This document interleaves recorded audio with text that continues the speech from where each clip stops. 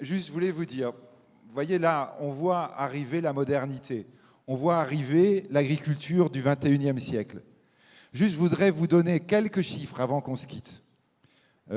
En cette fin d'année 2016, début d'année 2017, nous avons franchi les 7 milliards 480 millions d'êtres humains sur Terre. Nous sommes quasiment 7 milliards 500 millions sur Terre. Nous étions 6 milliards en l'an 2000. On a pris 1 milliard 400 millions d'êtres humains en 14 ans. 1 milliard 400 millions, c'est à la planète de 1850. En 1950, il y en a dans la salle qui ont connu 1950. On était 2 milliards. La planète n'est plus la même. 7 milliards 400 millions, ça ne se gère pas comme 6 milliards, ça ne se gère pas comme 2 milliards.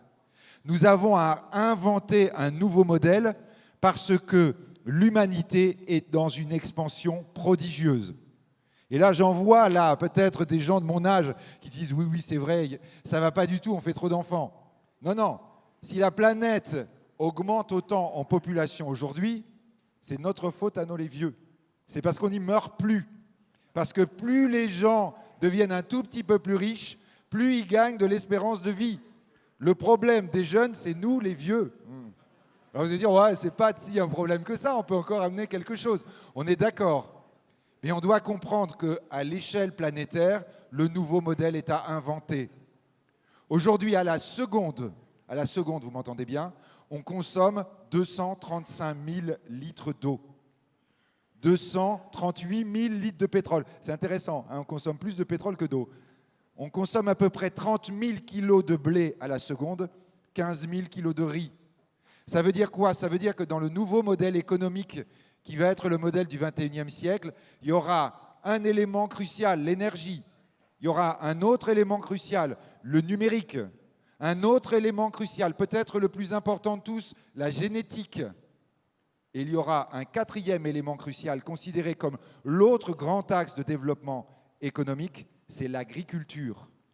L'agriculture, vous m'entendez bien, aujourd'hui, est considérée comme le grand secteur du 21e siècle. La France, je le disais tout à l'heure, est le grand pays d'agriculture d'Europe.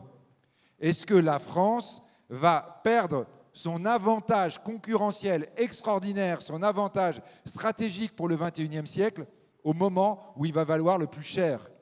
La réponse, c'est bien entendu non, parce que nous ne le voulons pas, et ces trophées en sont l'illustration.